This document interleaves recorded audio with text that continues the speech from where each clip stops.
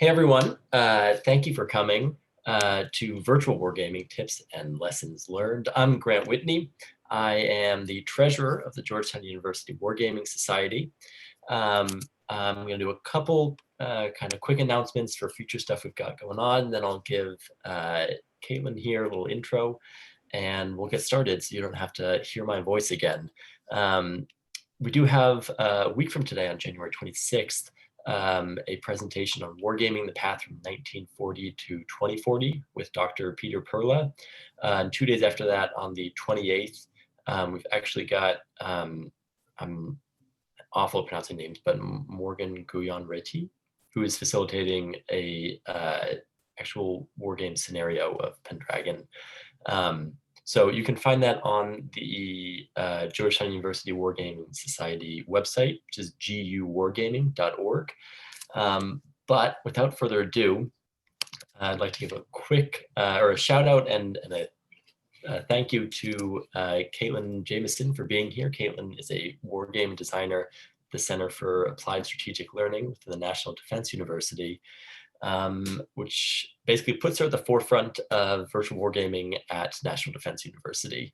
So Caitlin, I'll kind of let you introduce your resume, which is much more impressive than I'm going to do justice to it. But just a quick kind of heads up on the format for tonight.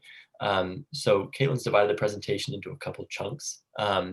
And so there's going to be a time for Q&A after each section. So if you have comments, questions, anything, please toss them in the chat below. I'll keep an eye out on the questions and do a kind of brief Q&A session at the end of each section. And then otherwise, we're going to ask that you keep your mics and video off, just kind of reduces background noise and everything. I think that's all I got. So Caitlin, please take it away. Thank you, Grant. And I just want to give a quick thank you to Sebastian Bay and the Georgetown University Wargaming Society for giving me the opportunity to participate in this. And I'm excited to be here and be a part of it. So let's get started. So first, I just want to give a quick obligatory disclaimer that any views that I express here are my own personal views, not those of the US government, Department of Defense, or the National Defense University. So with that out of the way, let's jump in. So a quick overview of what we're going to be going over. But first, I just want to say there's not going to be any sort of Wargame Design 101 in this presentation, just kind of assuming general knowledge of that at this point, just so that we have time to go over everything in terms of virtual designs and considerations. So we're going to be looking at challenges to designing for the virtual space, as well as some major differences for in-person games. I have a few categories that we're going to run through here listed out. We have some examples at the end that I'll be running through, kind of as almost like a live example of a game being run, if we have time. So at the end of each of these sections, I'll have a moment pause for questions if you have any, and then hopefully we'll also have some time at the end for more questions if they come up later. So starting with communication. Generally in virtual war games, everything in terms of communication takes longer because you have people who are having to speak one at a time. You don't really have an opportunity for many whispers or side conversations because everyone has mics and a single set of speakers each. So you have to really take turns speaking, and that can add a lot of time to the overall schedule of the war game. Also, muting and unmuting, it seems pretty trivial, but it can add up quite a bit. So, you know, it only takes a couple seconds, but there are some people, it just takes a few seconds longer for them to find the unmute button where they don't know that they're muted. And then, you know, you have people asking, oh, we can't hear you, can you unmute? And then they have to start all over. So it can add up quite a bit. Also technical issues, since we are running everything online through computers, there are just things out of your control that may not go right, may glitch, whatever. These can cause both minor and major delays. So it's always smart to give yourself a little more room for error for that type of thing.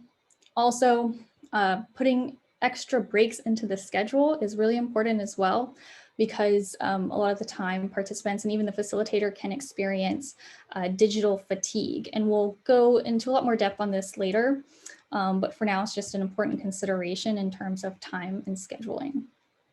Also, we're all working from home these days, or at least most of us, and life happens. For whatever reason, it may be children, pets, people will generally need to step away unexpectedly at times. So we just have to account for that, particularly if it's an exercise where you have single players in roles rather than teams. So there's no one that could potentially fill their spot when it comes their turn to speak. And then you're waiting on them to return to their computer. So you really have to accommodate for all of these types of things in the schedule.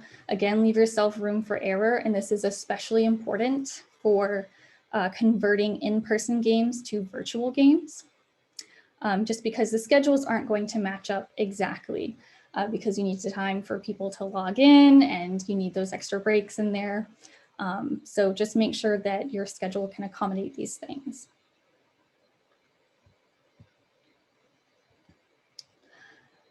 In terms of information sharing for communication, a lot of this can be the same as in-person designs with a few exceptions. So we have a few categories here of information flow, and then we also have file dissemination, which is the largest exception for virtual games that you won't see in in-person games quite as much. So we have first facilitator to facilitator. So of course, very similar to in-person, sharing any sort of game or adjudication information, what's happening in the game, where does the game need to go in terms of scenario if you have updates. But then in the virtual environment, you also have the troubleshooting element as well. So if a facilitator loses connection, they will need somebody to contact to say, hey, I'm not in that room anymore. The game is on pause because I can't get in. Can you please send someone in my stead or send someone who can help me reconnect? So having that flow of information, facilitator to facilitator, is very important in virtual games in that way. Then you have facilitators to players, again, very similar to in-person, having facilitators send out initial game information and updates, any sort of administrative changes like schedule changes that needs to be communicated to players, and also answering any sort of questions those players may have. And the main difference here for virtual is that you need to be able to create those virtual avenues for that information flow. And we'll get to that a little bit more in a second. Next, player to facilitator. Again, questions going to the facilitator, but also if they need to submit game moves, actions, or like movement orders, they need a way to be able to send that to the facilitators. Also, if your exercise includes role play briefs and presentations, perhaps your participants have created a brief and they need to brief it out to senior leaders that are being role played by facilitators, you need the virtual infrastructure to make that happen.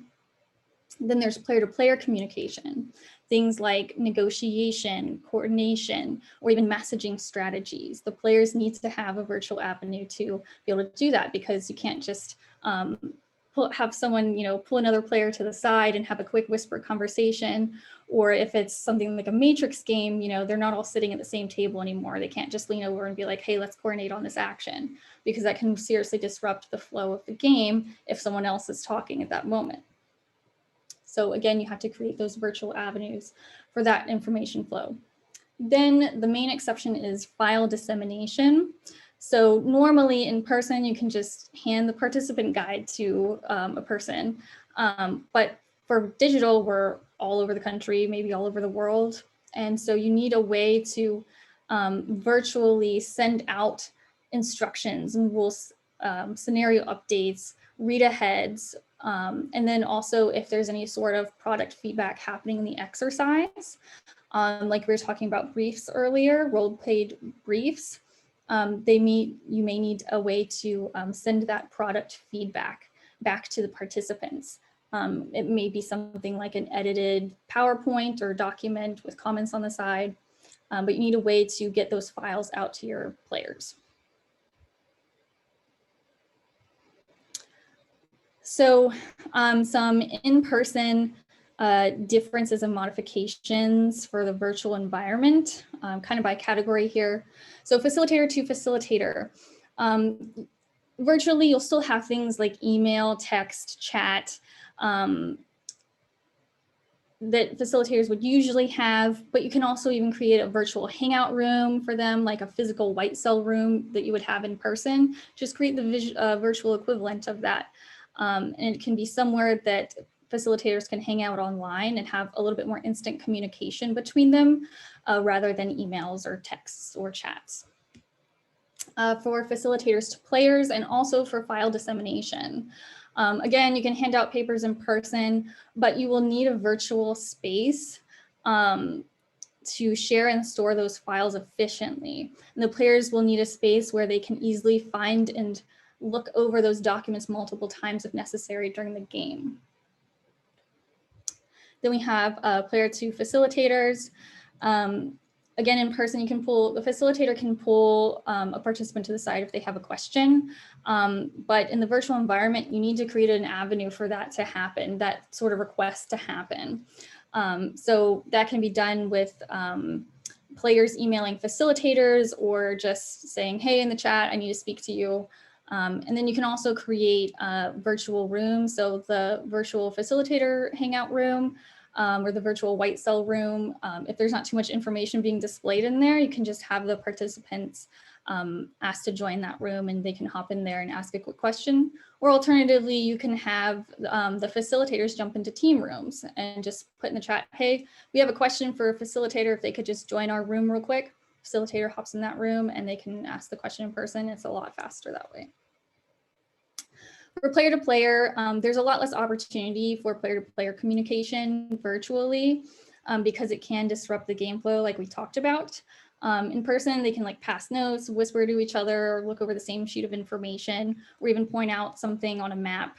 But that doesn't easily fit into the flow of a virtual game. So you have to create that avenue for them through chats or virtual rooms like team collaboration rooms.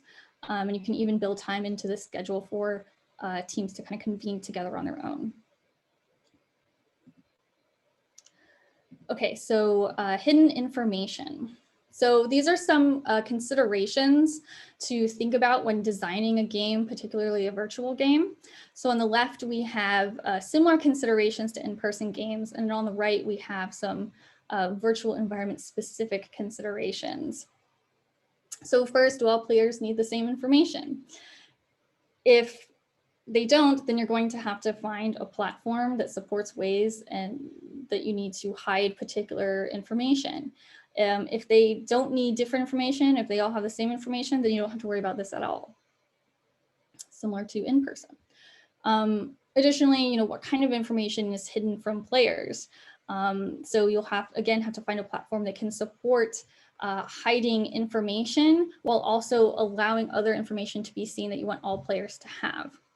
And this goes for both visualizations during the game and also files or other written information that teams may have. Specifically for virtual design, there's some additional considerations. First, do teams or players need a private space to store and access those files that other teams cannot access? Are they writing strategies and plans and they don't want the other teams to see it? If so, then they need to have that private virtual space for some sort of folder file construct that they can access. Also, do teams need a digital collaboration space to work in? Are they trying to produce documents or deliverables during the exercise? And if so, how can you create that digital collaboration space for them to work on those documents together? So these questions will help you determine what you'll need from the platform capabilities, and then that in turn will help you determine which platforms will fit your needs best.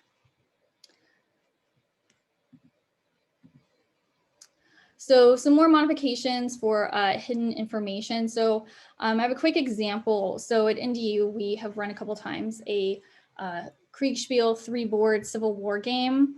And we actually had to modify this for the virtual environment. So in person, we had 3 different physical boards. But when you're in the virtual environment, it is likely that you will be limited to 1 board or 1 display. And so you have to find ways and creative solutions to hide information that way.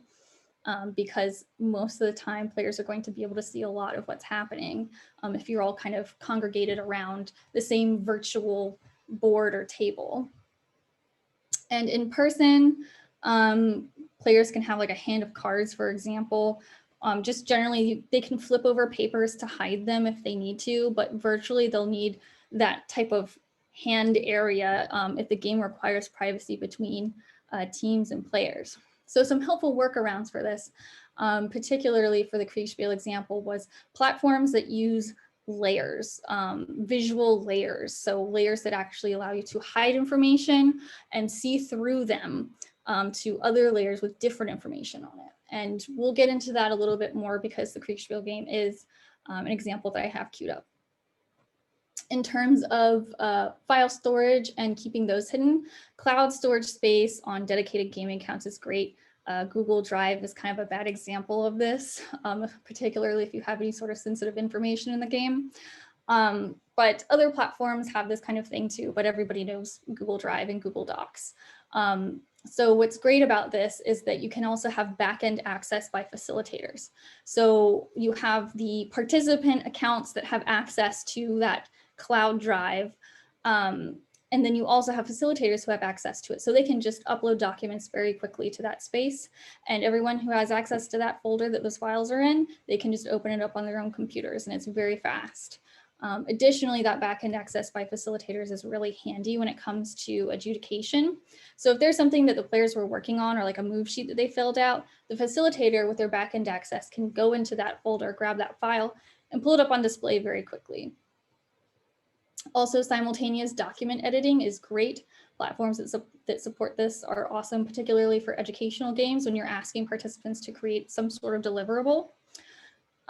This can be worked around as well with a screen share with like an assigned typist, basically, typing on a Word document, and they just share their screen inside the virtual room, and then everybody can see it and just discuss it with one person typing. But having the simultaneous editing is also really useful.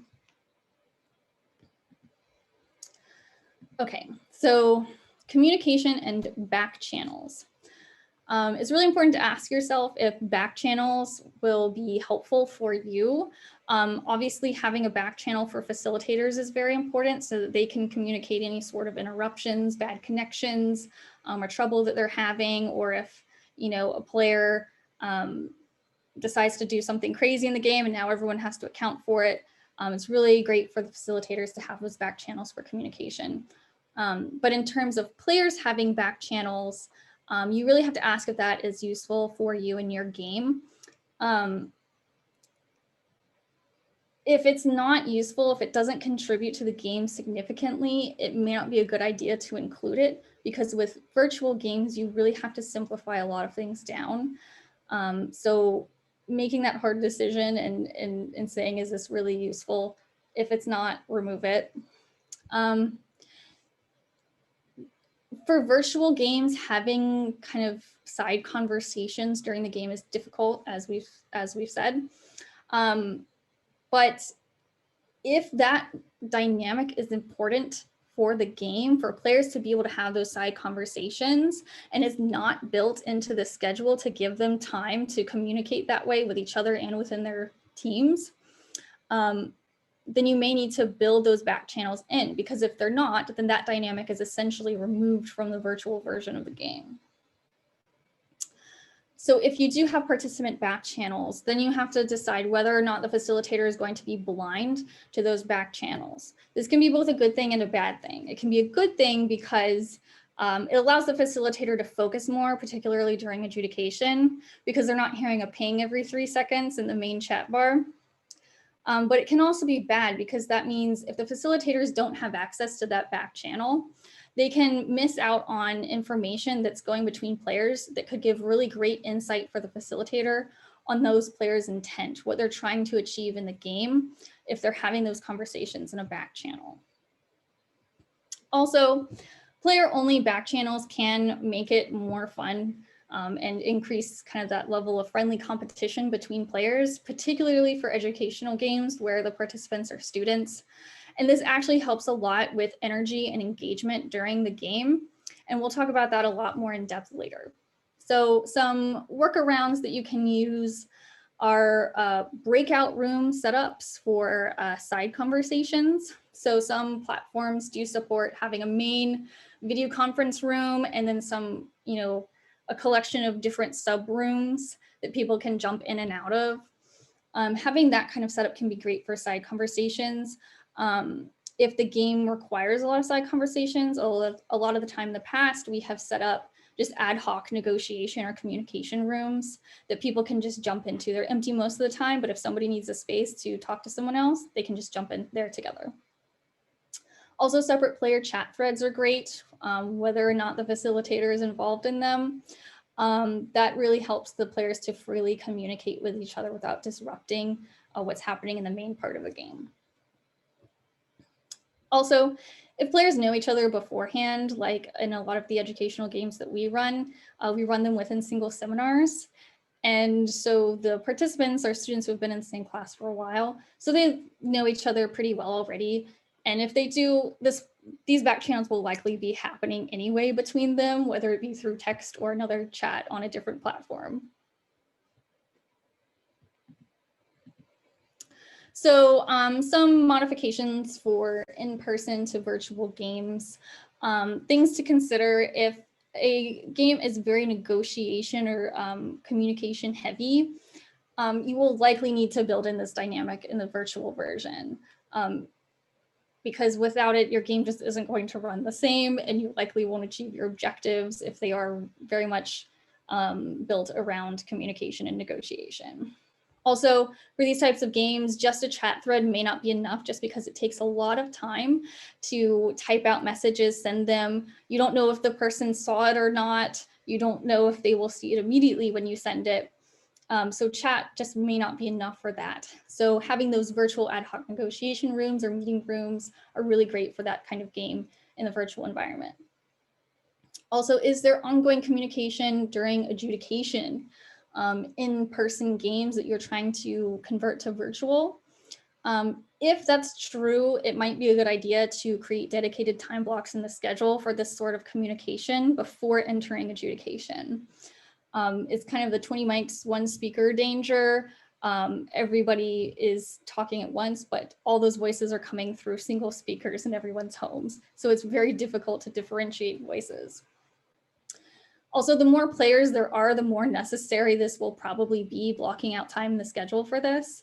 But with smaller games, you may not need this. We have a board game that we converted to a virtual version, and it's only 4 players. So you really, and there's negotiation built into that game, but there's no need to create separate blocks for negotiation because there's just so few people. It's easy to differentiate who's speaking.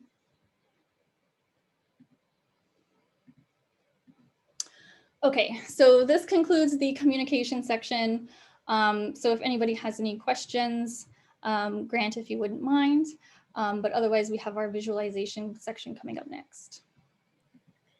Yeah, so there's been a couple questions that honestly a lot of other people just attending the webinar have kind of gone back and forth about, about like options to, or like how do you basically dissuade players from using back channels? So I suppose maybe that's the first one, just to the extent possible, right? I mean, maybe it's just getting more buy-in from people, but have you found a certain way or even app that does a pretty good job of that? I mean, you only have control over so much as the facilitator. I mean, you can't, hack into people's phones and turn off texting for them. So there's only so far you can go as a facilitator and the designer to build in those obstacles to back channels. But if they're going to be doing it anyway, just build it into the game so you can at least see it happening and glean information from it if you need to. But just try to build it in a way that isn't distracting in any way, which is difficult in of itself to do. And it depends, it's really platform dependent, being able to do that. But in terms of facilitation and preventing that, there's a couple things that you can do. Ideally, your game will already have a high enough engagement level just based on subject matter or the participants who are in that wargamer exercise, either needing to get information out of it or having a lot of information to contribute. But as the facilitator, you also are responsible for keeping those engagement levels up. So if they are paying more attention to the game, then they won't be paying as much attention to text messages that they might be getting about it from other participants.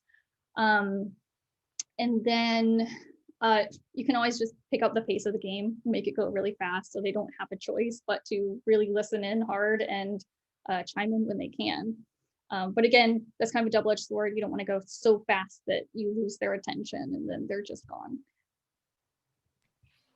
Great. Yeah. So I think a couple other questions that people have had, just other people in the chat, you either addressed it in your presentation or other people in the chat have kind of had something to say about it. So I think you're just good to go ahead.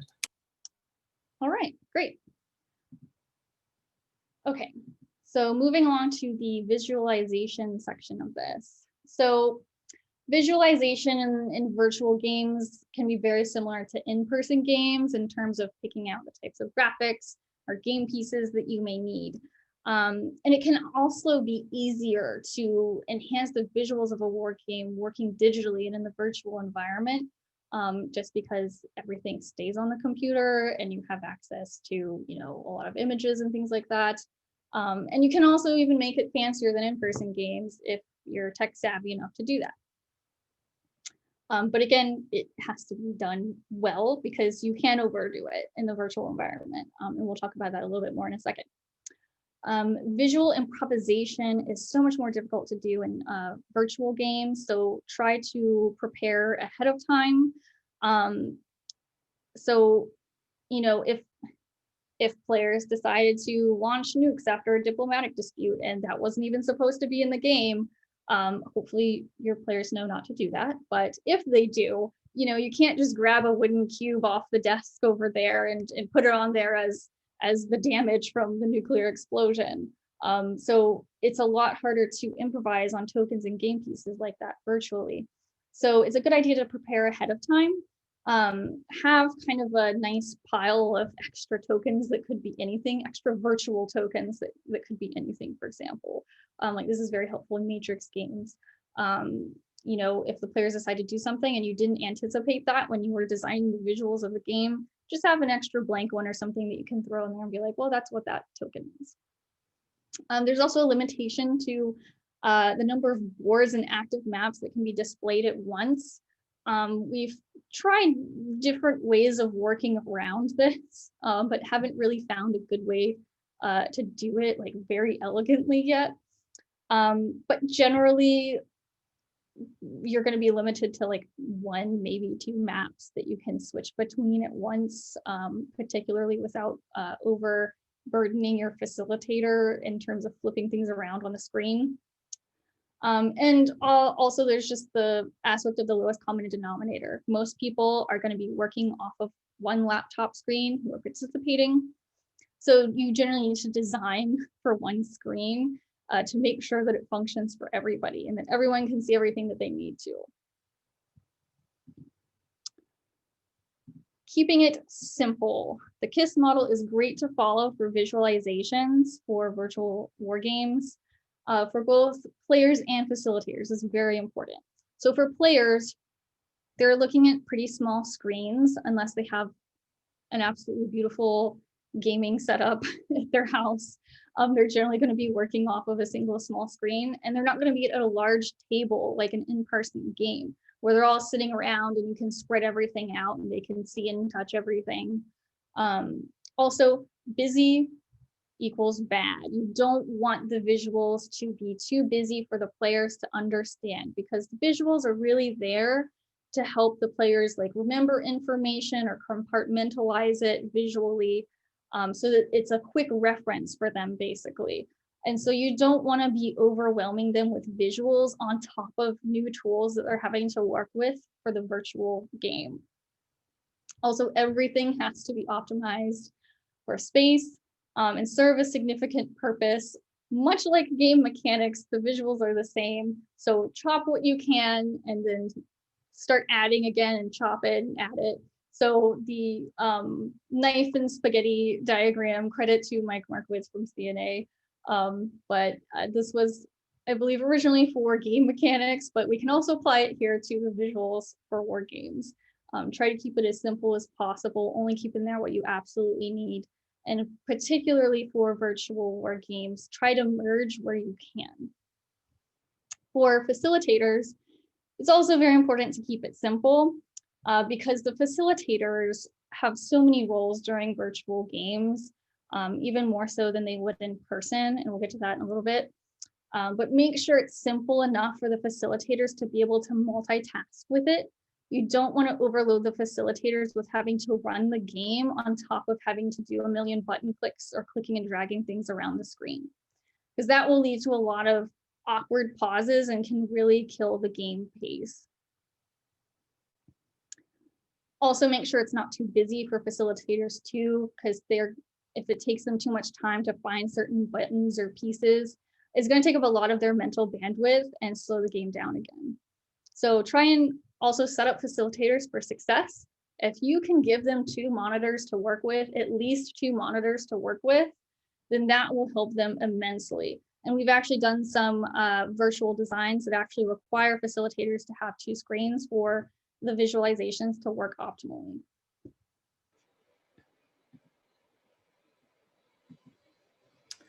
Okay, hidden visual information. If you need hidden visual information, then you're going to have to use a platform that can support that. So kind of using the same example, if you have hidden units or other tokens that you need to place on a visualization of a map or a board or something, try to have a bank of virtual tokens off screen. It can make your life a lot easier. Again, improvising visualizations on the fly is not easy to do. So it's essentially the equivalent of a pile of tokens next to a physical game board, but digitized. And I can show you guys that in an example where we have a digital pile of tokens off to the side. Also, the hidden information for facilitators is also important to consider.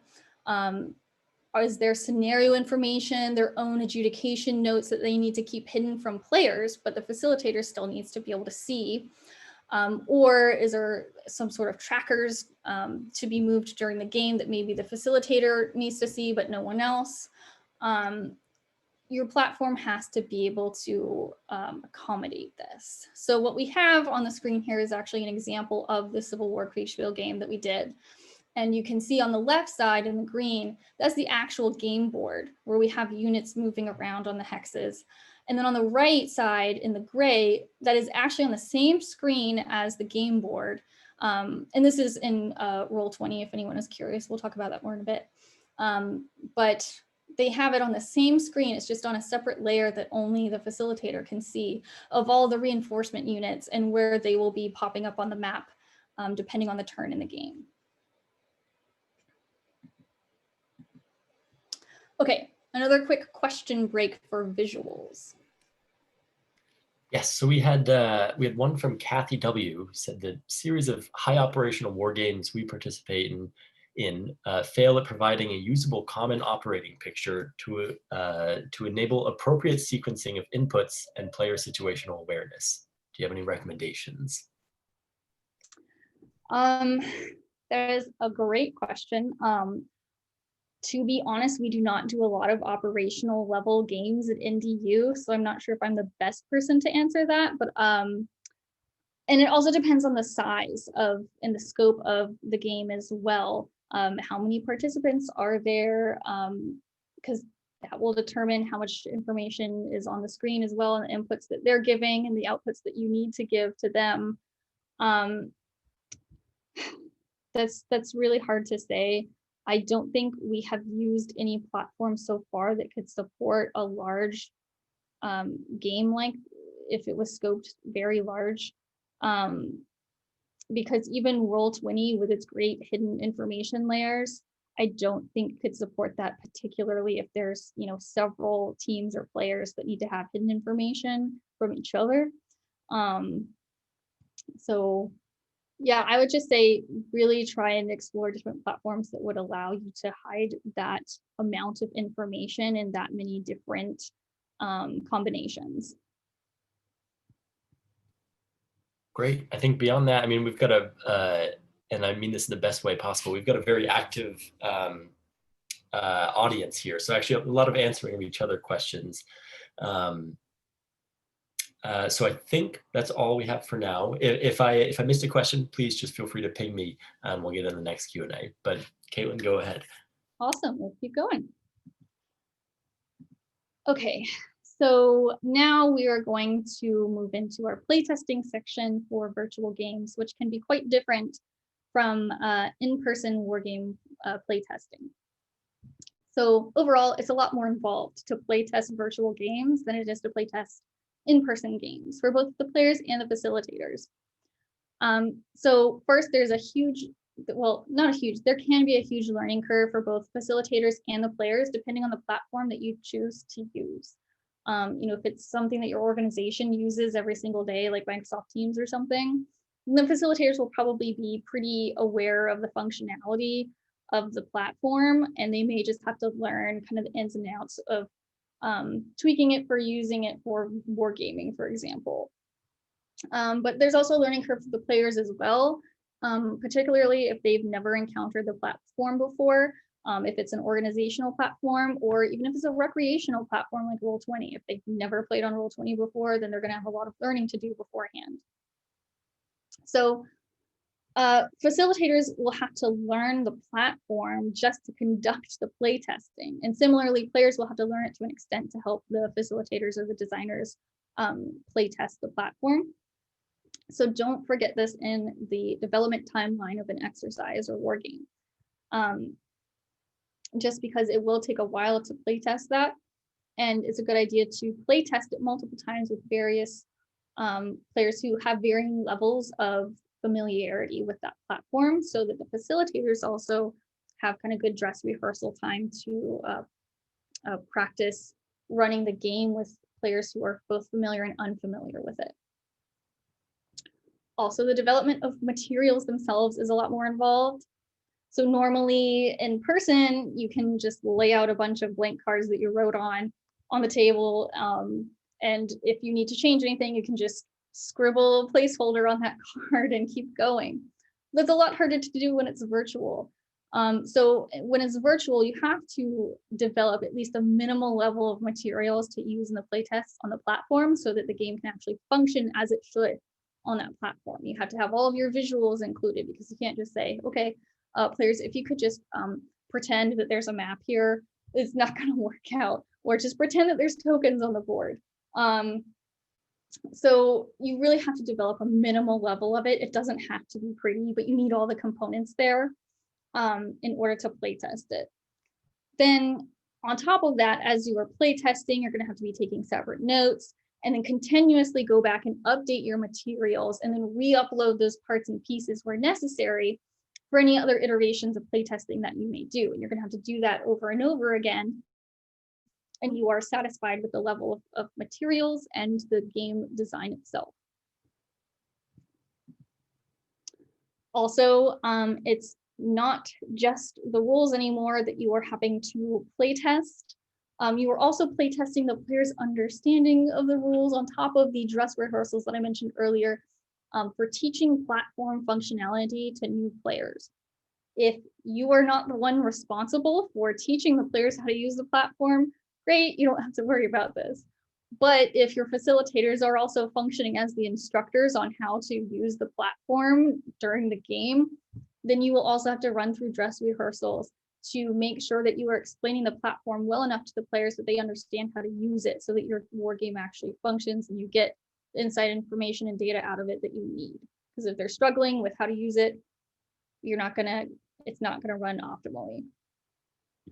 Also, it's a whole new level of troubleshooting that you have to go through during playtests. You're not just troubleshooting the gaps in the rules that people can exploit and filling those and fixing them.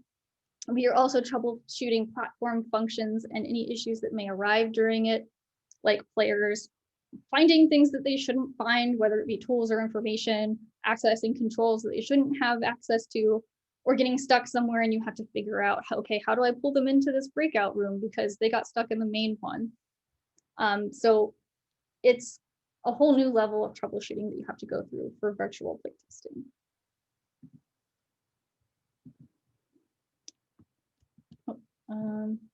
Okay, so are there any questions on playtesting so far? I don't think I put a question slide in there for that.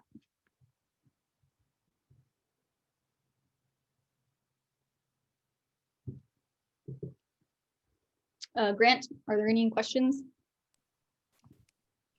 Apologies for that. I was getting a call on my phone and it took over my whole computer.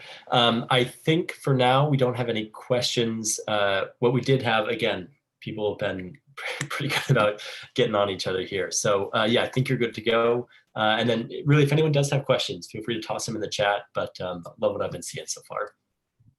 Awesome. All right. So let's move on to facilitation. So this is one of our longer sections, probably about as long as the communication section that we went through earlier. So first, in terms of facilitation, personnel constraints are a concern for virtual wargame design. I mean, they're a concern for in-person design too, but for virtual, in some cases, it can require more personnel to run a game. A great example of this is a matrix game that we ran, and that's what the picture is of here. And we actually needed 2 facilitators running it at once. Honestly, it would have been nice to have 3 because you have one person in the room who's keeping track of everything that's happening in the game, the arguments and how the scenario is unfolding, and keeping track of whose turn it is and getting people to speak. But then there's also in person, they can also just throw a token on the board. You know, it's right within their reach and they can do it quickly without even thinking about it too much. But when you're dealing with digital visualizations, having someone, a second facilitator behind the scenes helping with those visualizations who understands the flow of the game, what's happening, and when you need a visualization and what kind of visualization you need can be extremely helpful because you don't want to overburden the main facilitator that is helping run the game and keeping it going. So behind the scenes help for those visualizations is incredibly helpful. And also they can serve as backup facilitators as well for any sort of lost connections. We did that in the Matrix game too. And we actually play tested connections drop. So that's another great point that I didn't include earlier is play testing lost connections and who is going to take over and what the response will be can be very, very important. So that if it does happen in the real game, it is still a smooth disruption. So backup facilitators for lost connections. Generally, if they are the backup facilitator, they still need to be paying a lot of attention to the game and what's happening so that if the main facilitator does drop, they can just pick it up at the drop of a hat and keep going like nothing even happened. Having a right-hand man or woman to handle any difficulties that arise in terms of technical issues or anything like that, or players having questions or not understanding something. Having them on standby to help deal with those situations can be incredibly helpful. Again, it helps remove the burden from the main facilitator for having to deal with that, plus their normal job as the facilitator, facilitating the game. And it also helps to improve the game flow and pace and stick to the schedule so that you don't get behind where you need to be time-wise if these situations do arise. The main facilitator can just keep the game rolling while the backup facilitator helps get everybody where they need to be or answer any sort of questions. So for facilitation, training is everything. Again, this is true for in-person, but especially true for virtual games. The facilitators really have to have a mastery over the platform. They really need to be trained in the in and outs of the platform to be able to execute it well and smoothly with no trouble on their end so that they aren't slowing down the pace of the game either. They also need to know it well enough to be able to troubleshoot during the actual exercise. Again, having the backup facilitator for this is really helpful, but really they both need to be trained in it, either the main facilitator or all the facilitators involved. And they need to know it at least enough to run the game and help players, just like in person, but particularly for helping players if they don't understand the platform tools or how to navigate. The facilitators need to know enough at least to be able to help those players get to where they need to be. Then you have to ask yourself, the best facilitator is someone who is knowledgeable enough in the subject matter, the game mechanics, the rules, the facilitation techniques, and the platform tools. So like I was saying earlier, the facilitator's role expands greatly in the virtual environment. So on the right, we have things that virtual facilitators suddenly are in addition to being a normal facilitator. They are also technicians for troubleshooting problems, computer issues. They're also administrators for disseminating files, making sure the files are where they need to be and pulling those out when they need to during the game. They're also customer support if the participants get lost or don't know how to do something, or something is going wrong on their end. You need to be able to walk them through those things. So ultimately, you need to find ways to shift the burden from the facilitator where you can. For example, again, having a co-facilitator or a whole team of facilitators to help with that execution will make the main facilitator's job so much easier, and they will be able to focus on the game a lot more and run it well.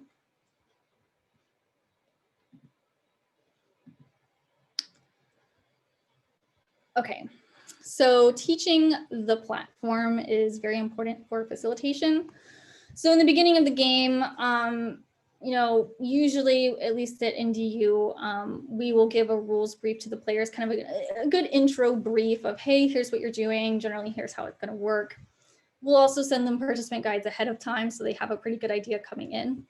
But if you are responsible for teaching the platform to the players, then that means that facilitation also involves explaining how to interact with the game using the tools available to them, and using them how they were intended to be used in the game. Because a lot of the time, these platforms, we're actually modifying them or using them for purposes that they're not meant for.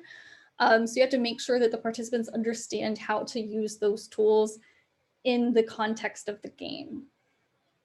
So you need to be able to schedule a time to teach the tools. And again, you have to account for this in the schedule if you are responsible for getting the players up to speed on how to use these tools and how to use the platform.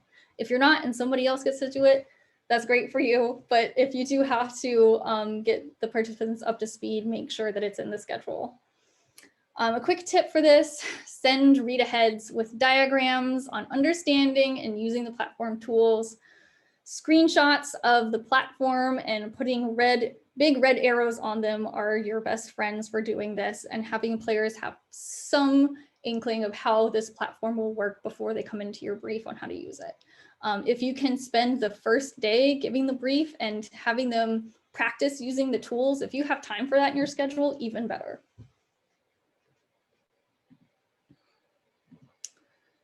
Okay, so I have a quick mid-topic question break. We have a couple more things on facilitation before moving forward. But if there are any questions now, I know that was a lot of information. Yes, and rightly so. We have a couple questions for you. The first one was, how do we, the players, support and assist our facilitators best like while working for team objectives, right? So what burdens can be reduced most easily for the facilitators? That is a great question, and one I hadn't really considered before in a professional context. Mainly have thought about that in a player context in like D&D games or something. I would say the best thing you can do is offer as much information that is relevant in the most clear and concise manner.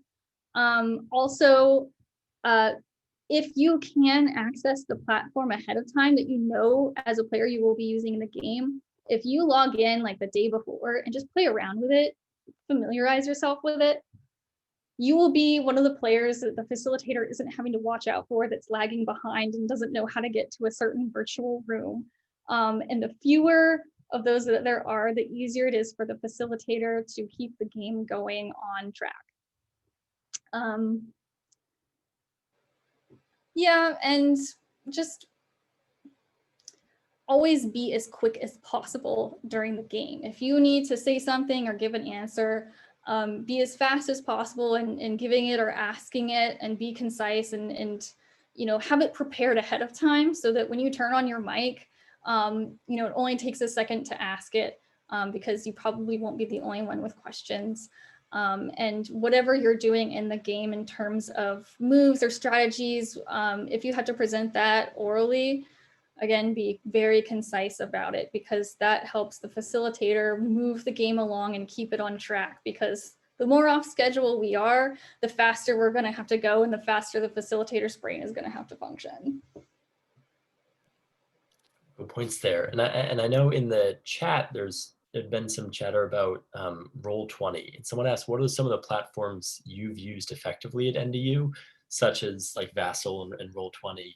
And what were the advantages and disadvantages of each platform? Great question. We're going to have an entire section on that coming up. Perfect. Okay.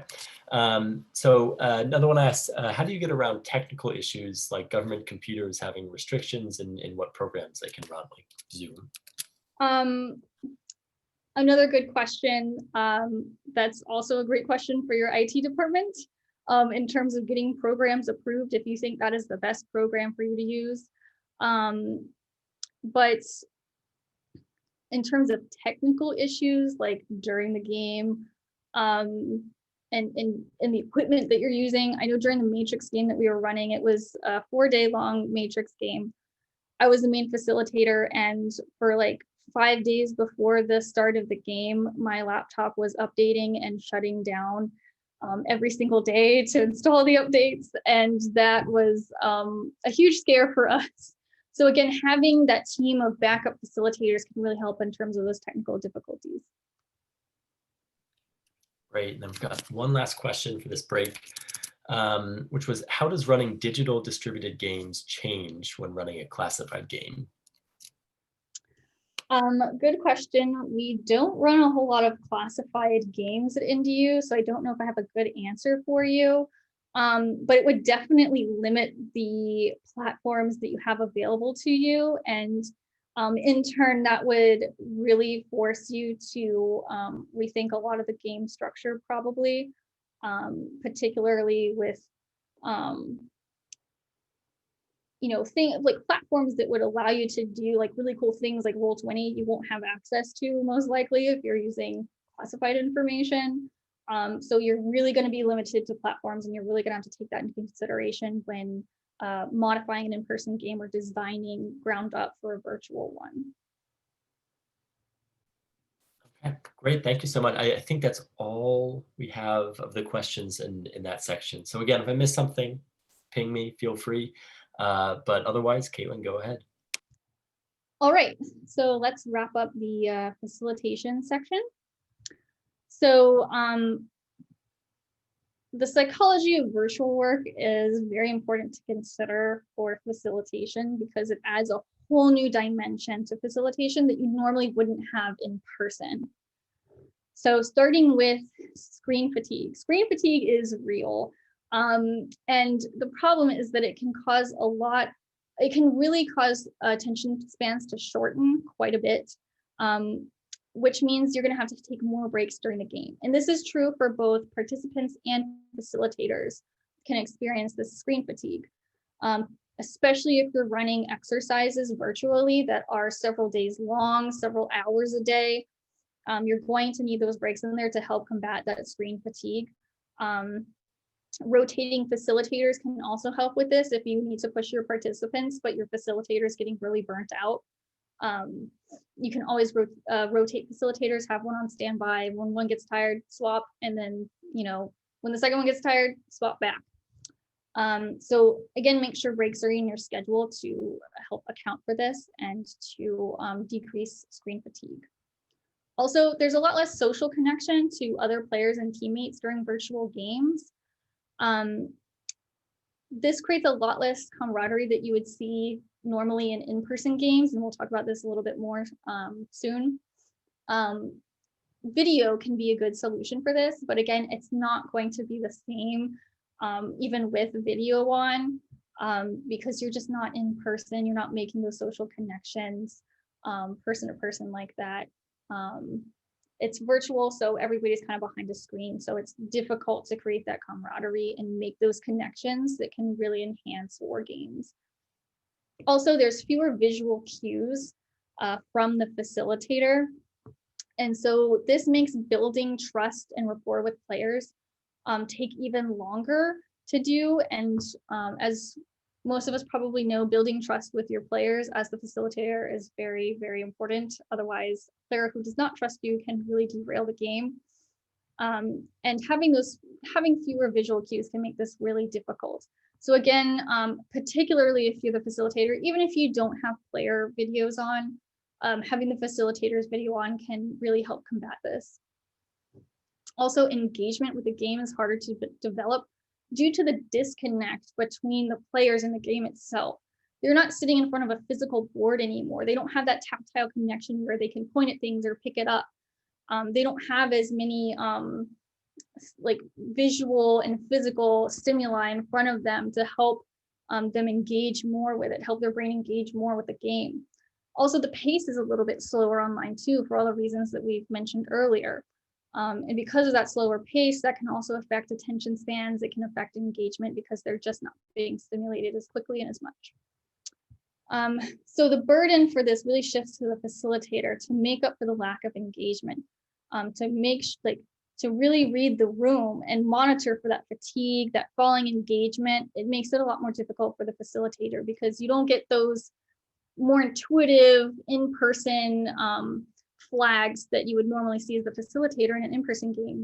It's harder for you to see those. It's harder for you to gauge participant levels of engagement and fatigue because they may have their videos off, or it may be a screen setup where you can't see everyone's camera at the same time. It's also just hard to go through and look at everyone's faces that way on a laptop screen. So this leads us to the energy in the room, in quotations, virtual room. We, by nature, are social creatures. We gain energy and camaraderie from interaction with others. And this is much less so the case in the virtual environment.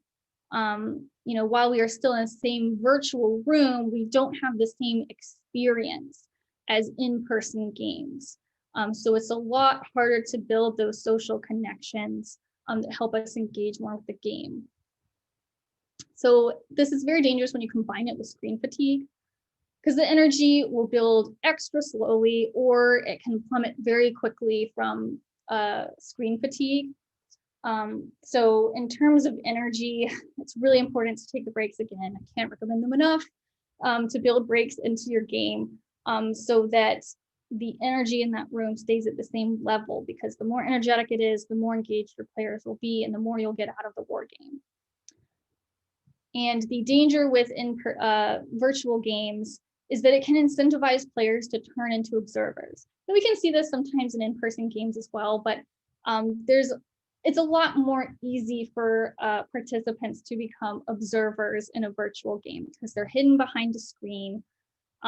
They have so much more around them because they're probably at home, their phone's probably next to them, their family's in the other room, the cat's walking across their keyboard. So they have so many more distractions, other priorities that are on their mind. And if they're hidden behind the screen and not sitting at a table with people, it's just a lot more easy for them to become observers. So as a facilitator, you really have to guard against this. So you have to work, as a facilitator, you have to work extra hard to bring up those energy levels. This can actually increase the facilitator's fatigue very quickly. So it's almost like a transference in a way. So taking turns facilitating, if you have a secondary facilitator, can really help prevent facilitator fatigue, because if the facilitator gets tired, then the whole energy in the room is going to plummet, and the players will be able to sense that. And if they don't think the facilitator is dedicated and engaged, it's not going to promote their own engagement. So the facilitator has to really watch, and in addition to facilitating the game, they really have to watch even more for players who are not engaging than they would in an in-person game. And really like, try harder to draw them back into the virtual game. This can be more of a concern for educational games, particularly because a lot of the time, if there's students, you want everybody to engage, you want everyone to speak up, because they're either being graded or evaluated in some way, or they are the ones who are getting some benefit out of the war game through education and learning about the topic, or applying things that they have learned in a classroom. It's also very difficult to shift or ease this burden, because the facilitator to player ratio can, depending on your personnel constraints, can be, you can have far fewer facilitators to participants. So it can be very difficult to ease that burden because there's just way more participants than there are facilitators. So having a team, or again, having facilitators who can swap places is great for this. Again, breaks, can't recommend them enough. Really, it helps, and it helps both the players and the facilitators. Again, back channel communications, going back to that, this can, especially for player only back channels, can really help increase the camaraderie and engagement energy levels. It allows the players to have a place where they can, brag about their wins and celebrate the losses of others, really get into the game a lot more. Especially true for educational games and students who are already in, a less formal environment than working with, subject matter experts at high levels. And these back channels that increase the camaraderie and energy and engagement can really help ease the facilitator's job, because that allows a secondary source of engagement to the game that the facilitator doesn't necessarily have to run themselves.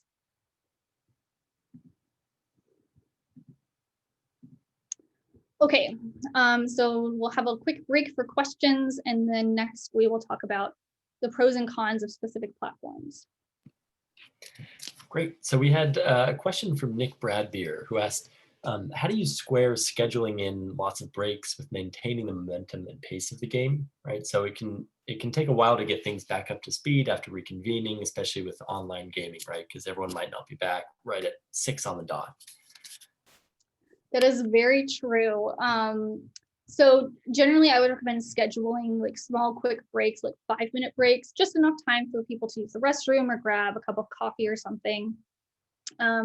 And that, I think, is just enough time for their brain to like switch off for a second, and then come back to the computer. There's really no way that you can ensure that everyone comes back to the computer at the same time because you're not in their house with them. So that's something that you have to really ingrain into the players in the beginning and say, look, like, we are going to have these breaks, but I need you back at this time. I will tell you each break the minute that you need to be back. And if you're not back, we will move on without you.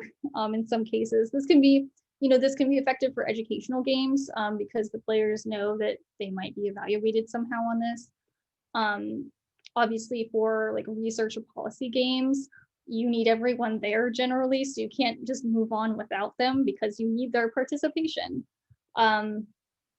So that's a lot harder to do, but really setting it up so the players know that they are expected to be back at a certain time, and also knowing that they will have, like, show them the schedule in the beginning, and them knowing that they'll have a lot of small breaks will kind of help ease their mind about, hey, I have this other thing I need to check on, when will I get a chance? I'm gonna have to let it like wait and do everything on a single break. Let them know that they're gonna have multiple breaks so they can spread that out and not worry about those kinds of things. Great. Then we had another question from Santiago, who asked, are game dynamics somewhat agnostic to the medium, right? So in this case, like the online medium. So does the medium need to be included as a game component, or is it just sort of managed to ease any possible friction? Could you read it again, Grant? I want to make sure I'm understanding this entirely. Yeah, sorry. It's kind of a nebulous question, but I think there's a good question there, right? So it's, are game dynamics agnostic to the medium, right? So does the medium need to be included as a game component, or is it more that you manage the game medium itself to ease any like friction you might have? Okay, so I think it depends on the game and it depends on the platform. There are some platforms that allow you to replicate a game like one-to-one. And the ones that we use for that is called Tabletop Simulator that you can get on Steam. It has been used commercially to completely replicate board games and things like that. So again, that would be kind of agnostic for the medium, just because you can do a perfect rendering of it virtually. But again, you wouldn't be able to do that on a different platform probably. Or, tabletop exercises that are very discussion based, just around a scenario and a problem set. That can be pretty agnostic to platforms as long as there's a way for people to communicate with each other in a shared space. And that is probably a majority of the exercises that we do at NDU. So I would say the thing that is not agnostic is the schedule, for all the reasons that we've listed here. I think, generally planning for virtual and then converting to in-person is a lot easier to do than the other way around, because of the schedule mainly, and then maybe some of the game dynamics and mechanics in there. I don't know if I don't think that there's kind of a group or style of game or exercise that could be completely agnostic in any way. Great, thank you. And Santiago, if you had if you had tried to go for a different angle in that question, just feel free to shoot it to me again, and I can revise it. We've actually just got one more question for you, and it's from Visology. So what is the most effective method to get your team in the zone, right, on the same page and ready for action? It's kind of a big question, but I think it's actually one that I just, as a student, I think it's applicable in a lot of settings, basically. So from a facilitator standpoint, I would say, having a good briefing up front that covers everything, and also having a lot of energy yourself from the very start of the game will help get everyone collectively on board and ready to actually play the game. And being very clear about the information that you give them and why you have given them that information will help them get on the same page and get on board and know what to do right off the bat. As a player, I think a lot of the time in team situations, there's usually one person that tends to come out as the leader of that team. That's not always true, but it's pretty common. There's just someone who has those natural leadership skills within the team that can really coordinate everybody together, and their energy will also help get everyone on board and ready to go. If your team doesn't have that natural leader, you can always try yourself to be the natural leader. But even just one person in the room who can recognize that, energy might be falling or they're not coordinated, even just one person saying, hey, let's go, let's get together, let's coordinate something, just initiate it. And usually people will jump on board. Great, thank you. I think that's all the questions we have for this section. So please go ahead. All right. So we're going to start with one of, if not the most important rule of virtual design, and that is that the platform needs to meet the needs of the game. It needs to match the needs of the game itself, not the other way around. Don't build for a platform, find a platform that works for the game that you already have in mind, and then mold and simplify from there where necessary. This is very similar to, building a game around the objectives, and starting there rather than starting with the scenario and then trying to figure out what this game is actually for. Similar concept for choosing platforms for the games. So if you take nothing else away from this, please take this one rule away.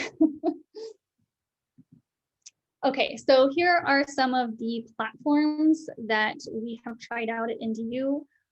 This is in no way a comprehensive list of all the available platforms out there that you could use for wargaming. This is just a selection of platforms that we have used at NDU that I have some examples for.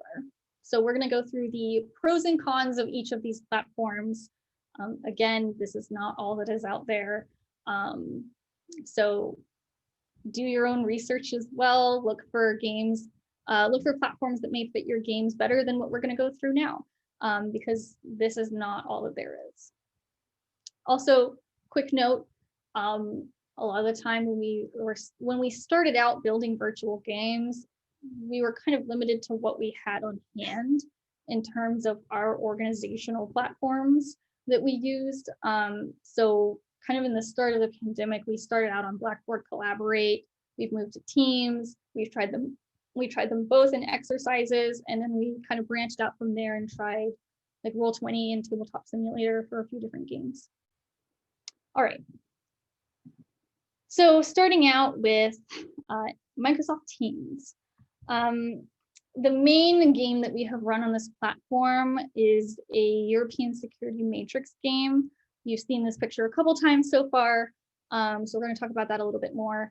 I think MS Teams works really well for both matrix games as well as discussion-based tabletop exercises, especially if participants are having to collaborate and work on a document or some sort of deliverable or product that they need to create during the game. So some of the pros of this is the file sharing aspect, as well as the file storage. Microsoft Teams has a really great integrated file folder construct. And on top of that, they have it separated out into different team and channel structures as well. So you can also have that privacy of information in terms of documents between players and teams. It also has great online collaboration capabilities. There's space for meetings within channels, meetings within teams as a whole. And there's also the real-time simultaneous document editing. So it has a really great structure for information and file sharing. And also like virtual meeting spaces. It's not as strong for breakout type meetings. They aren't really embedded the same way that they are in other platforms. So like I was saying, they have the teams and channels within teams, and in each one of those, you can have a meeting going at the same time. But it's not as integrated like in other platforms where you're in one meeting, you can create the breakout rooms, and then just have participants move in there from the main room. With Teams, you have to actually exit the meeting and go to a different one. There's also a lot of setup involved prior to the game for assigning people to the teams and setting up the files and the organization of the files, making sure that every file that is needed is in the correct place in the correct team or the correct channel. So it can have a lot of upfront work in terms of organizing it. Also, subscription required. It's not open source, as far as I know. Okay, so actually, go back for a second to the matrix game version of this. So what you see on the right, I'm going to have a semi-live example of this in a bit, but this is the matrix game that we ran on MS Teams. So basically what we did was we had a PowerPoint slide with images that we could move around as tokens. And then we had that as a main visual in one room. And we actually integrated this Microsoft Teams setup with Blackboard Collaborate as well. So the visualizations were happening in Blackboard, but then all the read aheads, all of the action sheets that we were having players fill out for their moves, all of that was stored and created on Microsoft Teams. So that takes us to Blackboard Collaborate. This is the first platform that we really designed on and had exercises run on.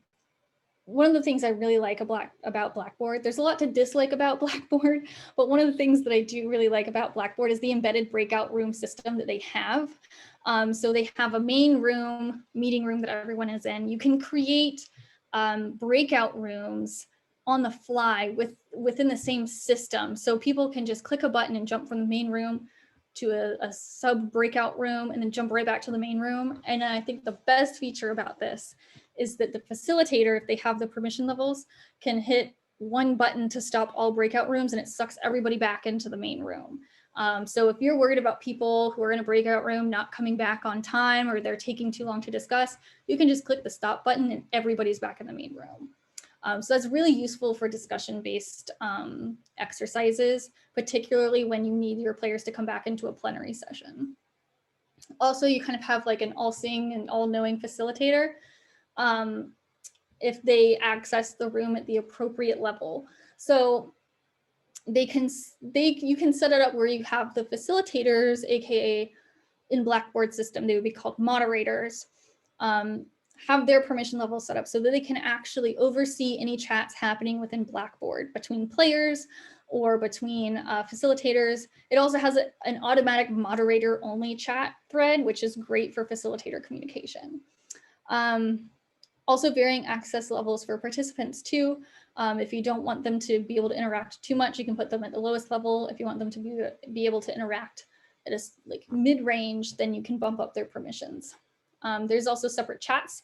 So you can have a whole list of chat threads between individuals or groups or whatever. It's basically like instant messaging. You just type in the names of people that you want to chat with, send the chat, and it'll have a thread for that. You can have a thread talking to one other person that's completely separate. The tools are also really simple, really easy to learn and use, which is also a con in a way that we'll get to in a second. So again, this is great for discussion-centric exercises that don't involve a lot of shared files. If you have a lot of shared files for your discussion, then I would definitely suggest trying something like Microsoft Teams. So the cons, the tools are simple.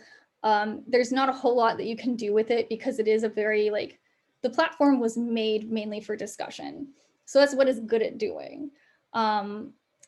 As far as editing documents, displaying them, doing fancy things with them, hiding information, you really can't do that with Blackboard. Also, from our experience, the connection weakened a lot with videos on. So a lot of the time when we ran exercises in Blackboard, we didn't turn on our videos, which can be an issue for a lot of reasons that I've discussed earlier. So the connection can be a big problem, especially in terms of technical issues happening. There's also minimal file storage with limited access. Really, it's like a single folder within the Blackboard system, within the meeting space that you can upload files to and then display from there. Not everybody can access those files, and it's just really clunky. Again, subscription required, not necessarily open source. Okay, so here is our Roll20 adapted Kriegspiel. So for Roll20, Roll20 has a lot of great attributes. There's a lot of creative ways that you can use it to hide information and visuals while still having those visuals be interactive. The tool set in general is also just very interactive for both players and facilitators. It gives players a little bit more control and involvement in what they're seeing. And this is great if you have a game where the players need to move things around. It's very versatile.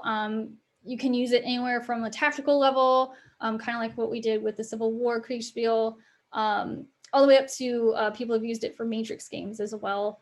There's a plethora of tokens that you can use in Roll20 for whatever your purposes may be, and you can just pop them right onto the screen and move them around, and you just have your map as the base image.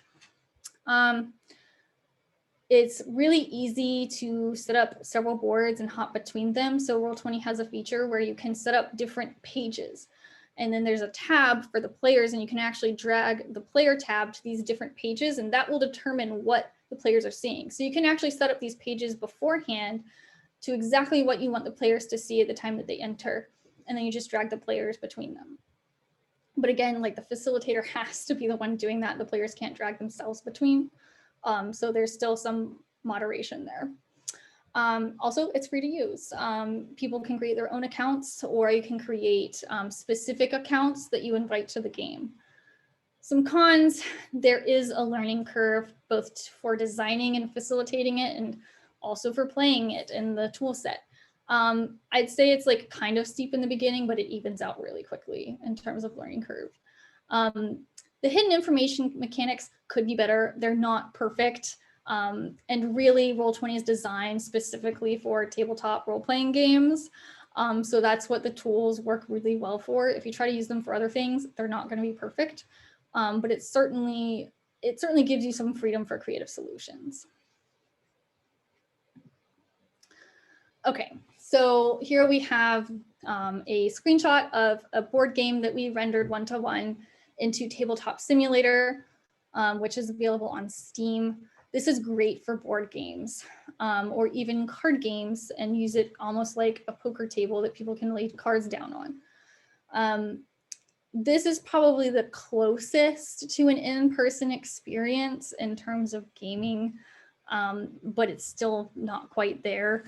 But it has fully customizable visuals, which is great. So if you have very complex games that involve a lot of moving parts and pieces, this can be great.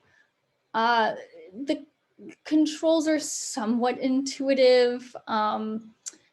Like you can click and drag on a die to roll it across the table. But it's intuitive to an extent. Like not everyone will immediately think, oh, I can pick this up and roll it digitally. So it's somewhat intuitive once you know that you can do things with it. I believe, and I may not be correct in saying this, but I believe there's some back-end coding. So if you do have knowledge of coding, you can really customize this. Also, it's not expensive. It's open source and it's only $20 a copy. But one of the problems with that is that in order to access it on a computer, you have to buy a copy of it. So you may have to have dedicated gaming accounts that have Tabletop Simulator in their Steam accounts so that they can log on and play it. So it's not 100% accessible, no problem, but the access is very low bar. There is a huge learning curve for designing on here. The design of it isn't super intuitive, but once you get the hang of it, it can be pretty easy to do. So again, a pretty steep learning curve in the beginning, but you figured it out. And there's a lot of guides online as well, and that tell you how to create games on this and how to customize them. And I think they've even created templates for it as well. There's a moderate player learning curve. Again, like I said, it's not all intuitive, but once they know, like generally if you right click on something, there's a bunch of things you can do and it's pretty well labeled. So it has a moderate learning curve and it's just not the most comfortable thing to use. You know, just starting out, you've never seen this before, but once you've played it like once, or even like a couple turns in, you get the hang of the controls pretty well. It doesn't support large numbers of players well, unless you're really integrating this with another platform. So for example, you could have player teams, but of those teams, only one person from each team is actually sitting at this virtual table in the game. Whereas the other players might be viewing a screen share of it where they can talk about it and discuss what they want to do in the game. And then just that one person from that team who's logged into Tabletop Simulator will actually make those moves. It is very graphics heavy. It doesn't have to be technically. You can create a very simple visual game that's digital and put it in here. But you know, you can go crazy with it too and put a ton of graphics into it, as you can see. And again, you have to supply the accounts and the access to people if you want them to be able to use this. Okay, so I'm going to pause here for questions. And then after this, I have some live examples, depending on how much time we have left after questions. If we don't get to your question, my email is on the screen for you there. Feel free to email me. Great. So thank you so much, Caitlin, just before we get to the questions. Super informative. And I'm assuming based on the amount of chatter in the chat that everyone else also really found it great. So one question that it's already had a couple people talk about it just in the comments is from Nick. Said, given the desirability of tailoring the platform to the needs of the game, do you think there's a benefit in uncoupling platforms you use for voice or video or text communications and for game visualization? right? So like using Roll20 and Discord to play D&D, for instance. Yeah, that's a great question, and it is completely doable. It just depends on what you're trying to build and what's available to you in terms of platforms. But again, kind of the example that I gave earlier, where we had a matrix game running in Blackboard because it had a great integration of discussion capabilities in those breakout rooms that we can just stop it at the drop of a hat and bring everybody back to the main room for adjudication. But then all of our files and stuff that the players were working off of was stored on Teams. You know, if it works better for you that way to decouple like that, then do it. But if it makes it more complicated in terms of interacting with all the parts and pieces necessary to either run the game or play the game, then maybe, you know, you need to find a different platform as a solution. But it's completely doable, and it really just depends on what you're trying to build and what's available to you. Great. We had one more question that was, if facilitators kind of allow backdoor communication, sorry, the chat's moving all over the place. So facilitators allow backdoor communication and maybe players assign some sort of form or pledge or something. Do you think that is an effective or an effective way in reducing the likelihood of like metagaming, which is kind of, you know, just communications behind the doors? Or I know we had an earlier comment that just said, listen, it's just getting buy-in is kind of the most effective way of reducing that kind of background chatter. Yeah, I mean, buy-in is a great strategy to reduce that. I mean, signing a pledge, like to say that they won't use background chatter, I mean, I guess you could do that. You don't really have a way to enforce it. So why make them sign it in the first place? Just have an understanding up front when you start the game, like just say, look, we know that there's a possibility of background chatter, but we ask you to be honest and uphold your integrity throughout the game. Don't cheat, don't metagame. And I think it also really depends on your crowd. Like for the games that we run that are mainly educational, you know, our participants don't necessarily have strong gaming backgrounds. So their instinct to metagame may not be as developed as other people who are hobby gamers, for example. So it's not so much of a worry. So I would say it also really depends on your crowd. Great. So I think I've hit all the questions. So I know you had a couple examples you said you could go through. So maybe do those, and people, if there's anything I missed, that's on me. Feel free to just toss it in the chat, toss it to me in a DM. Take it away, Caitlin.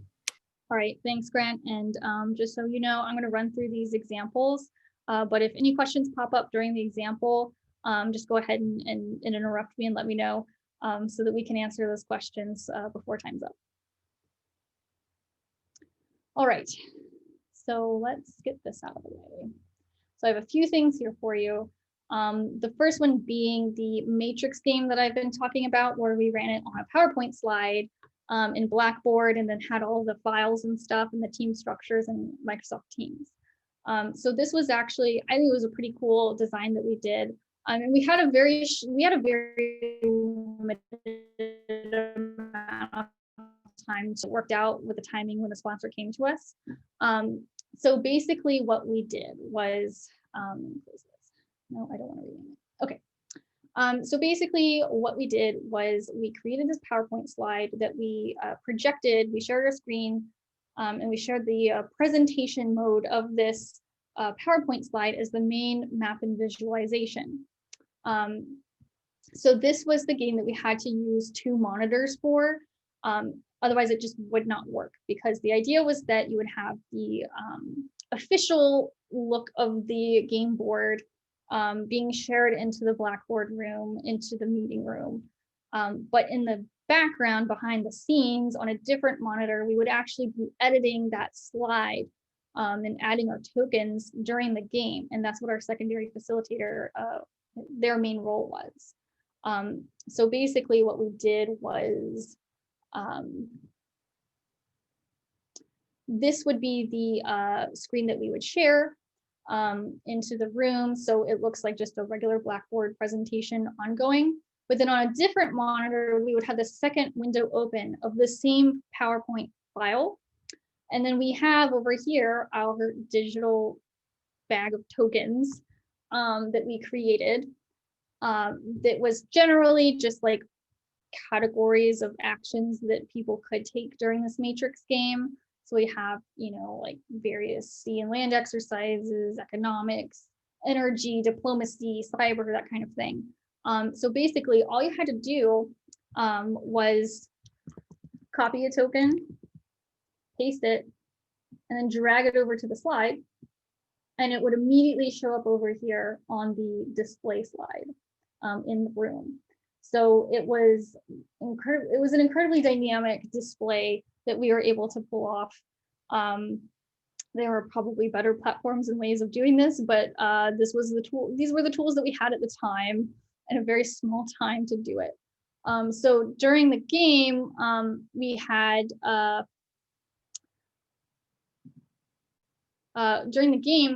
we had players pulling up their action sheets, their blank action sheets in MS Teams. They would fill out those action sheets of what they wanted to do for their turn in this matrix game. So they would put in what their action was, the intent that they were trying to get at with their action, and then their arguments for that action. So then we would pull those up on the screen and share those so that as we went around the virtual table and people had a chance to offer counter arguments, they were able to view that action sheet for the first time, but also be able to read through it and reference it as they were making those arguments. Just because for a lot of people, working virtually, they need that visualization. They may not be, auditory learners or anything like that. So having that visual of, what was happening was a lot easier to track than listening to someone through speakers say what they wanted to do. So we would pull those up, we would adjudicate. So we would give them, hey, based on your arguments, we think you need an 8 for this action to be successful. So we had this little window queued up of just an online dice roller. We didn't use a specific one, but it's Google's dice roller, it works. So we would just say, okay, you need an 8 for this to be successful. We as the facilitators would roll the dice on the screen so that the players knew we weren't cheating them, and it helped with the trust and the buy-in. Because normally in person, you just have the players to roll for themselves, but you can't do that virtually. So this was our solution, was to just have it on the screen in front of them, an animated dice that they could see was being rolled, and then they would get their result that way, and just leave it in the background and then pop the display screen back up again. And so that's how we handled the matrix game. So we had the main facilitator actually running the game, and kind of the oral component of it, of queuing up people's turns, saying, all right, give me your arguments, let's move to this team, what do you have to say? Okay, so based on that, here's the number that you need for success. Okay, you rolled this, so here's the result. So we had the main facilitator working that end, and then we had the backup facilitator or co-facilitators working the visuals in the background. So they were in charge of moving tokens onto the map. And so developing that team communication between those facilitators, developing a set of verbal cues for the other facilitator to know when to add a token, what kind of token to add, that kind of thing was very helpful for them as well. So that's another thing to consider when you're doing virtual games, is you need to set some sort of battle rhythm between the facilitators so that they're not having to talk to each other as much during the game. Any questions on this? Yes, we had 2 quick questions. So the first one, just specific to the display you had up. Just David had asked, had you tried using a smart board for that? And I know, for instance, my mom's a recently retired chemistry teacher. She never got the hang of a smart board, but she was maybe not the most technologically savvy person. Sorry, Mom. Yeah, I remember having smart boards in the classrooms, and they never worked for anybody. Maybe they have come a long way in technology since then, but the smart board just wouldn't have. I mean, I guess if you found a way to do it, you could. But for this game in particular, it was a distributed style virtual game, so nobody was really in the same room. We were all in our own houses, so we had to create an online smart board basically that everybody could view from afar.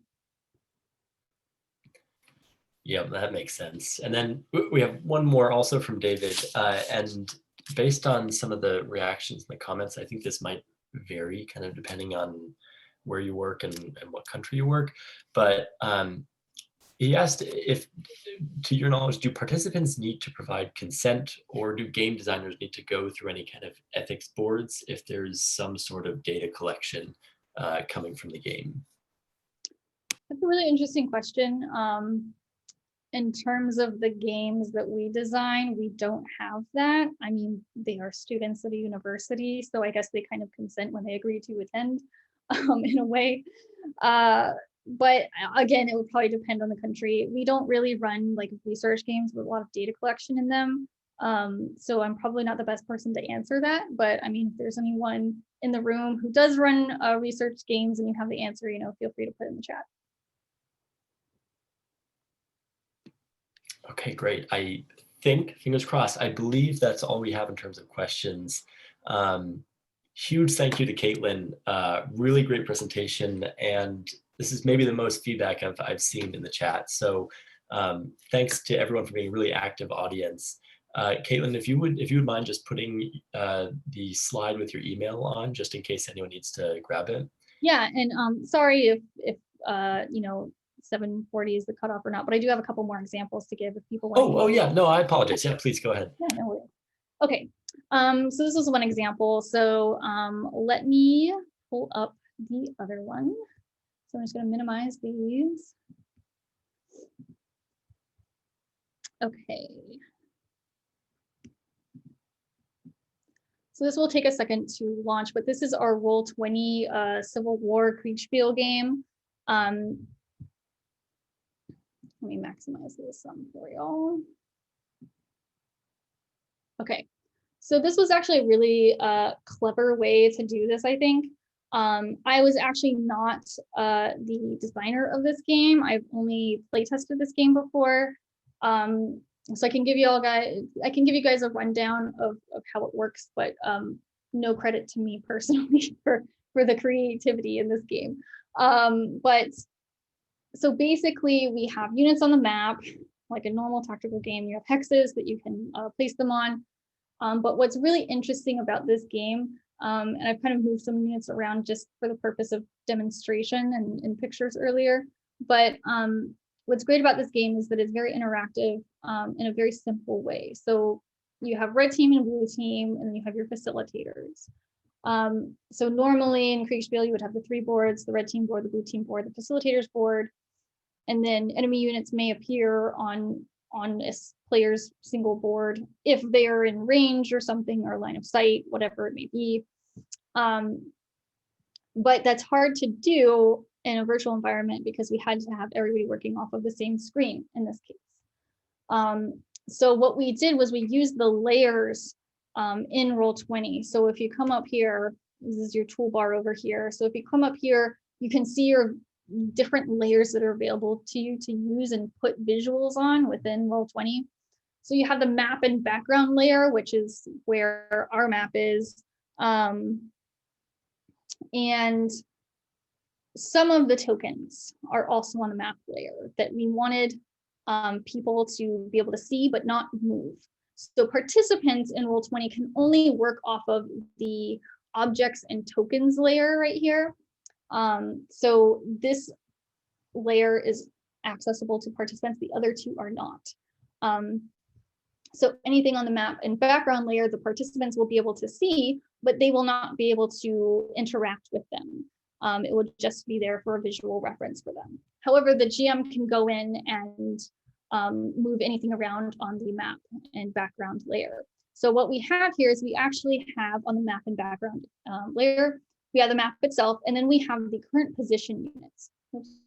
So we have the current position units there as well, that you can click and drag. So when the facilitator goes in to update the positions with the current position units, you just click and drag them over to where the participants positioned their ordered units.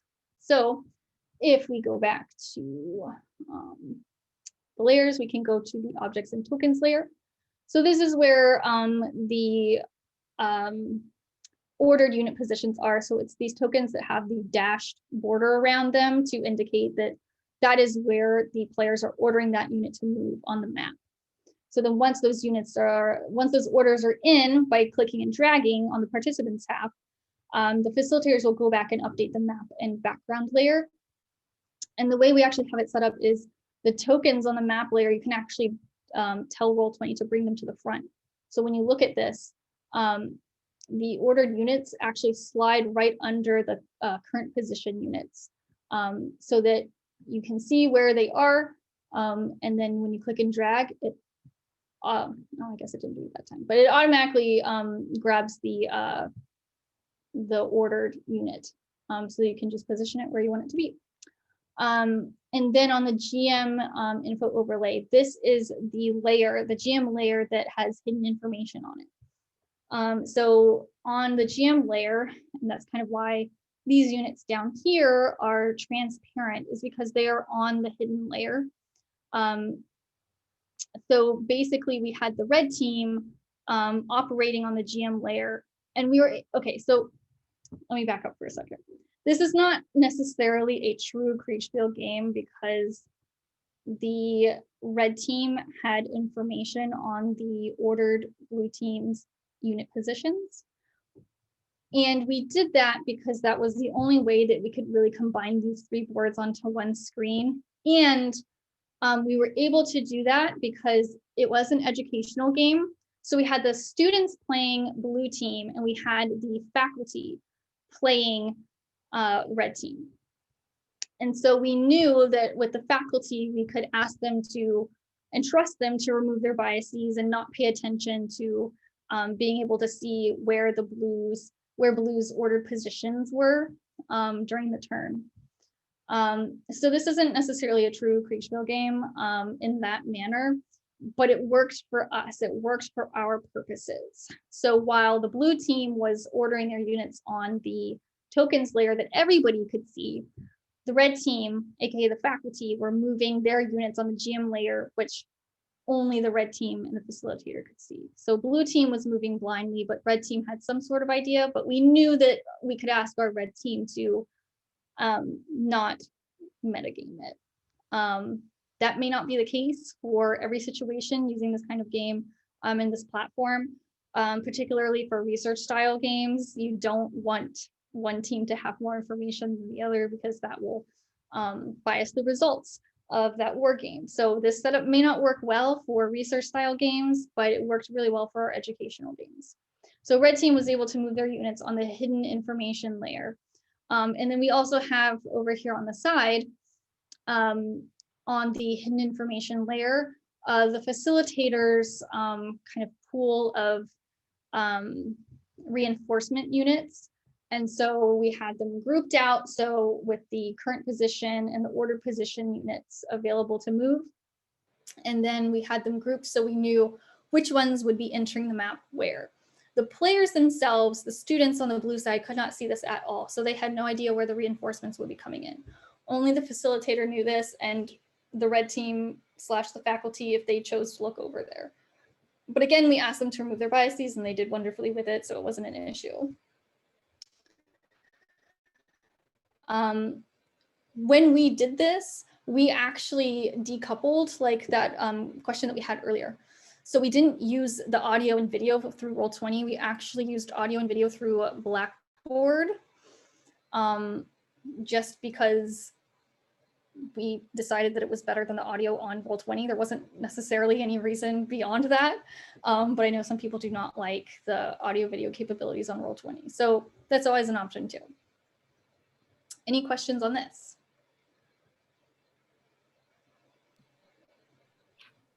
For once, no questions in the chat, so I think you're good. Okay.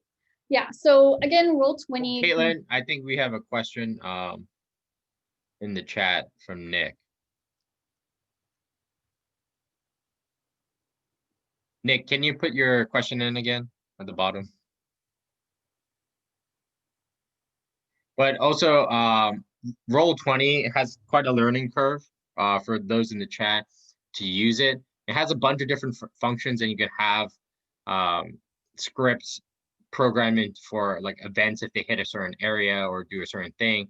But again, like a lot of people who are manual like tabletop gamers, designers like myself, like we're also learning all that is possible. And Nick just came up with this question, Grant. Yeah, so great catch, Sebastian, and sorry about that, Nick. I missed that. So Nick asked, did you try using token vision properties to handle units detecting each other? You could. So, I mean, I think that would be a lot in Roll20, especially depending on the scope of the game and how many units you have on the map at a given time, and how many of those units are moving together potentially into like the line of sight of other units. So we actually use the token functionality. So let me get on the right layer here. Okay, so we use some token functionalities here. So we use like the X to represent whether or not the unit was routed and participating in the next turn or not. We also used it for damage markers to indicate how many hits they took and whether or not they were completely destroyed or not. We also used the flag to indicate whether or not they were charging with bayonets versus shooting at range. So this was kind of a customized token set, but Roll20 has so many like custom tokens. I'm sure that people could devise ways of using them more creatively or representing like lines of sight and things like that. There is so many resources for Roll20 because it's so widely used and so many people have created these sources for it. Some are free, some are paid. It just depends on what you're looking for. I think there might be a way to make your own, but I have not personally done that yet. But yeah, there's a lot of great notations within Roll20 that you can use for that kind of thing. Right, and I know Tom in the chat said if you know JavaScript, Roll20 opens up a whole new world of possibilities. So I think that's probably, it's above my pay grade. Yes, right. Yeah, a good point, Tom. Other than that, right, I think you're good to go, Caitlin. Okay, and yeah, as Sebastian was saying, there can be a learning curve to Roll20 because the tools are so interactive. I mean, just designing it, you're working on 3 different layers. And then there's also dynamic lighting if you have like your higher subscription, which might work for things like lines of sight. I have not tried it, so I can't speak to that, but there is a ton of tools that you can use here to customize your game. And then even participants, like you can like freehand draw on things. And so there were times when we were playtesting this and I was putting in orders, I wanted the facilitator to know that I, wanted my units to move, around, like if I wanted them to move around here and then up the road, I could draw that rather than just assuming they're going straight up the road and then blue might try to jump in there, for example. So there's a lot of ways that players can interact with this type of thing and really show their intent as to what they want to do in the game. And then there's also like measurement tools and, dice rolling, the click of a button. So yeah, it's a really great interactive tool and there's a lot you can do with it with customizing it. And I think this is probably the most complex version of hidden information that we have used in a game thus far, just because a lot of our games don't necessarily require hidden information, but I'm sure there's a lot more that you could do with this. But again, it's still somewhat limited by the platform with only having one hidden layer. All right, so moving on from that, let me pull up my last example and I'll make this bigger so everyone can see it. Okay, so this is just a screenshot. I would love to do a live demo of this for you guys, but the last time I tried to do that in a course, my computer nearly crashed because it just didn't have the RAM to run Zoom and screen share and tabletop simulator at once. I don't have a fancy gaming computer, it can't do that. But this is just a screenshot of a game that we created in person first. And I created all the graphics for this one. So we created it in person first, everything was printed out. And then the pandemic happened and we were looking at other ways of doing these kinds of games that are very like tactile and visual heavy. And so we came across Tabletop Simulator. And so we have, I think this is one of 2 games that we have converted to Tabletop Simulator that was a board or card game beforehand. So basically this functions just as it would in person, you just have to click on stuff instead. So it's very much a one-to-one rendering of the game. So you can create these custom decks. So like I said, everything is customizable in here. So even like the card decks, you can customize the backs and the fronts. You can create areas that the decks will snap to so that they stay in the same place and cards aren't falling off the virtual table, which they will do sometimes. And then you can just draw a card. You can shuffle it by just right clicking on it. There's also keyboard controls. So you can draw a card and it will show up, you know, face down on the table, and then you can just mouse over it and hit F on your keyboard. It'll flip the card over for you.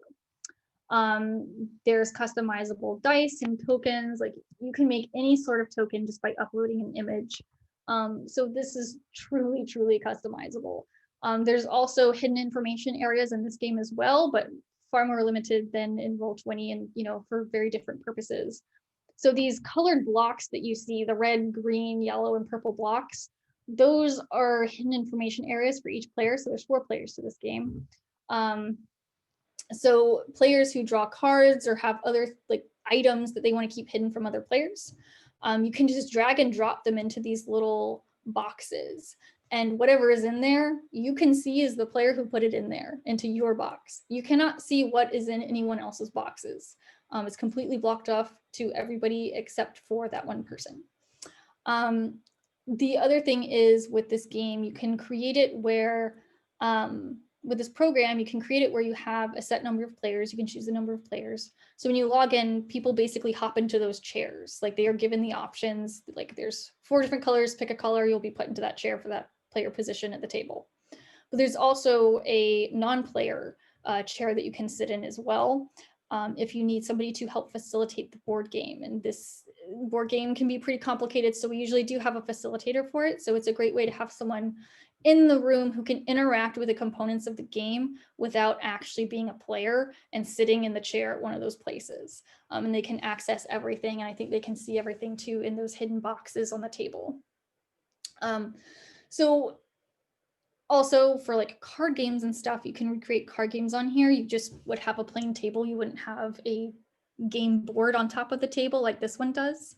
And you can also create like transparent images to put on top of that game board just to like section off areas, which is something my colleague and I worked on for a different version, a different tabletop simulation game where it was mainly cards, but we wanted to designate areas that you need to put those cards in. So you just create transparent images with lines and like a little bit of text, and then they know where to put the cards. Yeah, any questions on this?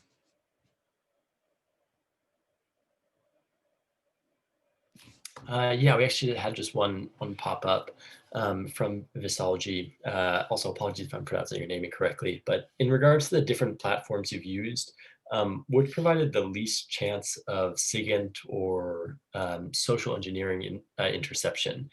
So is going fully analog via play-by-post kind of the only way? I'm not sure if I entirely understand the question. If you're asking, is there a way to have these games played without people involved and like programming them or something? Yeah, if you could clarify the question real quick, that would be great. Yeah, so Visology, if you want to send me a message, just kind of with a maybe slightly different wording. But Caitlin, do you have more examples in the meantime? No, this was the last one. Let me see if I can get that.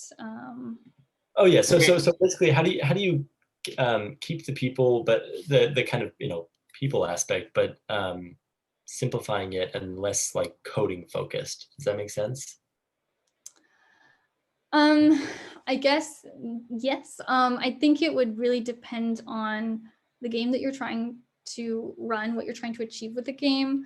I mean, with the last example of Tabletop Simulator, there was no coding involved in that. That was created with 0 coding. And a lot of these programs are set up so you don't have to have coding knowledge, but if you do, it just opens more doors for you, but it's not necessary.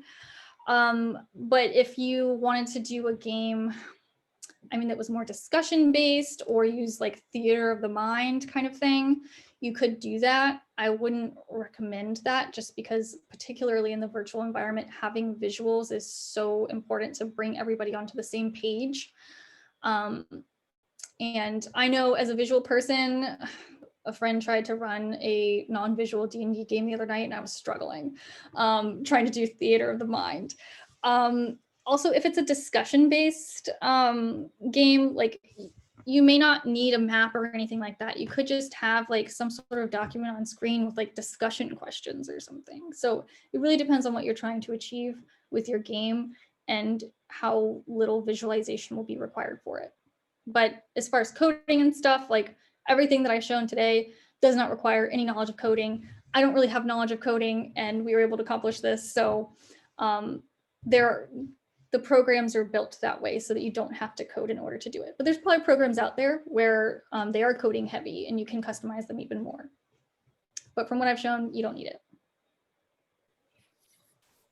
Okay, great. And right on dot, right on time. It's just before 8.